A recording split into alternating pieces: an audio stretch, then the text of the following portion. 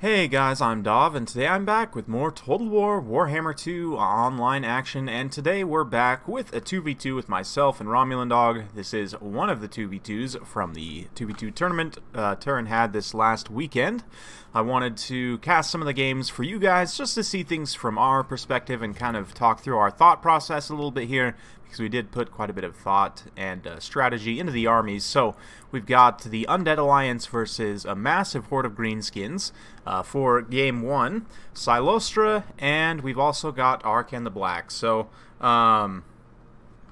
between these two here, we've got tons and tons of summons on the field. You can see we've got Tombblade of ARKHAN, which can then summon 5 units of Skeleton Warriors. And we also got Cylostra, of course, who can summon the Damned Knights Errant, and 2 Rotting Prometheans, as well as the Fleet Captain Lore of Vampires with Invocation of the Heck, and the Zombie Summon, of course. So the idea here was that we wanted to put out as many summons as we can, because this was a sort of half funds 2v2, where together the 2 armies would make up what one regular ladder army would make. We figured that the ability to summon would be quite powerful in addition to healing. Of course, I can heal all these troops here with Invocation from the Heck. And speaking of troops, we've got a front line of zombies with some skeleton warriors in the second line, some skeleton horsemen here, of course Celostra on the Crab. We've also got a Cambrian War Sphinx, 2 pistol deck droppers, the Screaming Skull Catapult, since we're up against the Greenskins, can do some leadership damage. Nasty Skulkers here. We've got the Unbreakable Night Gobbos, Savage Orcs, Spider Riders, Black Orcs, everything you would expect here. Orc Warboss and Wurzag both on foot. 2 Night Goblin Shamans with Vindictive Glare. We've got the Regiment of Renowned Skirmish Cav here, Mangy Marauders and Spider Riders. More Skulkers, Gobbos, and Spider Riders here. So yeah, so far we're just getting things underway. You can see Screaming Skull Catapult doesn't do a lot of damage, but the leadership effect will definitely help. You can see these nasty Skulkers get immediately terrified away by the Cambrian War Sphinx here, which is definitely advantageous. A decent cast of those Fanatics is going to get in, do a little bit of damage to those Skeleton Warriors and the zombies behind them, but they're not that high value of a target, so it's not that worrying at the end of the day. But yeah, those Skulkers, we thought were going to rout just off the side of the map there, but unfortunately they did rally. But if we take kind of an overarching look, you can see I'm going to start sweeping Celostra up the side of this formation here, since these Savage Orcs are weak to leadership damage. I mean, they have, you know, Frenzy, but once that drops, they are not immune to terror. So the deck dropper is going to fly over as well to get some overwatch, kind of disengage from the cav that was over here. We are going to get our back line somewhat compromised. The Skeleton Horsemen are going to try and come and get these Spider Riders, but here we get a double summon with the Skeleton Warriors and the Damned Knights Errant coming to bog down this entire back line. We've got all the Skirmish Cav and the Archers here.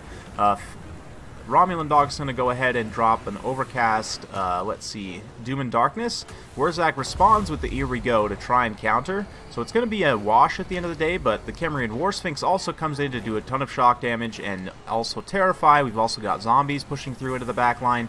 You can see Cylostra with a Rotting Promethean summon able to rout off those Savage Orcs in the front line as well. So leadership issues are starting to be a problem for the Greenskins. You can see ARKHAN has taken quite a few Vindictive Glares, though. He's getting pretty low at this point. The pistol droppers, I'm just trying to use you know, their ammo, keep them up in the air, and then use them to chase routing units in the late game. But we do have quite a few routing units here, so we're probably going to go detach and route some of them away. The Damned Knights Errant just helping to clean up as many units as we can at the moment. They are starting to run out of HP a little bit, but a nice Invocation from the Heck there. Notice it does heal this Cambrian War Sphinx as well as the zombies and the Skeleton Warriors as well, so that's one of the reasons why the Undead combos are so powerful, particularly with the Tomb Kings, because they don't have that much baseline healing themselves. You can definitely heal things up pretty efficiently. You can see ARKHAN the Black getting very, very low.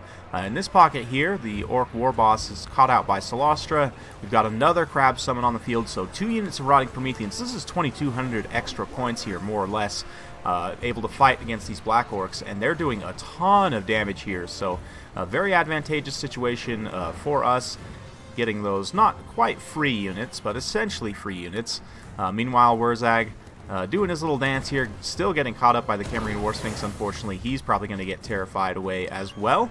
So with the loss of leadership, obviously the Greenskins going to start to have major issues, the balance of power turning in our favor, but ARKHAN the Black continuing to take Those he just took an effigy to get, and then 2 vindictive glares to the face, down to 100 HP, maybe even a little less. He's crumbling. He stabilizes at 60 HP there, so very, very low at this point. I don't quite have enough Winds of Magic to dump an Invocation of Nehek into him quite yet, so I was telling Romulan Dog at this point, okay, if you can stay alive, and here we go. I do get that Invocation of Nehek, so we're going to go ahead and give ARKHAN a little bit of HP here. Keep him from being quite so much in the danger zone, but another Vindictive Glare here, just relentless. Some of the missiles don't make contact, but still, the healing is in effect, and some of the missiles do make contact. ARKHAN is barely able to survive another shot there, so yeah. Clutch Invocation of Nehek, keeping ARKHAN alive helps. I mean, the balance power is far enough in our favor that if ARKHAN were to die at this point, it probably wouldn't be the end of the world, but still, we want to keep him alive for as long as possible. You can see Wurzag getting chased off by the big kitty here. We've also got the deck droppers helping to chase units off in various places. The Night Goblin Shamans are really what's holding the leadership together at this point, but you can see the Angry Crab Lady with her crab summons, which are mostly devolved at this point, still just chasing this Orc War boss away. And yeah, ARKHAN, not sure where he got off to. Oh, just got sniped out by the little Zappas there. So ARKHAN's down at this point, but again, the balance power is far enough in our favor that I'm pretty confident we can pull out a win here. And the summoning build definitely worked pretty well in this particular battle.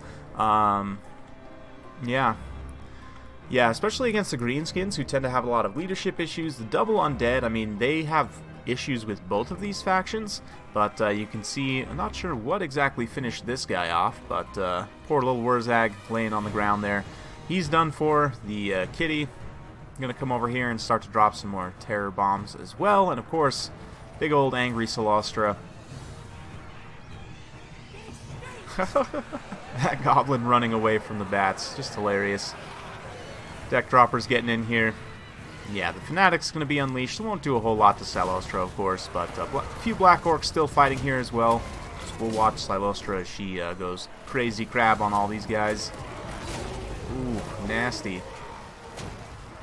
Another Vindictive Glare goes off. Not sure exactly. Oh, looks like it was targeting the Fleet Captain. Did a ton of damage there. Stabilized at about 400 HP, though.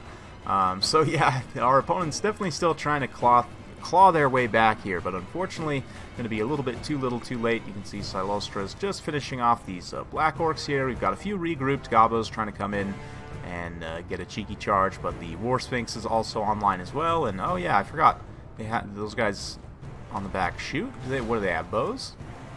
Yeah, they have bows. Oh, I totally forgot about that. Interesting. That's probably what finished off Wurzag, or maybe the kitty did, but anyway. You can see Cyllostra is pretty much the only one left at this point in this particular area. A lot of the supporting infantry has crumbled away, but army losses hit, and the Greenskins are going to give up the fight, except for the unbreakable 8-peak loonies, who are going to come in and finish off. So, very well played to our opponents. Hope you guys enjoyed watching that one. It was a super fun battle, super fun tournament to play in, so a big thanks to Turin.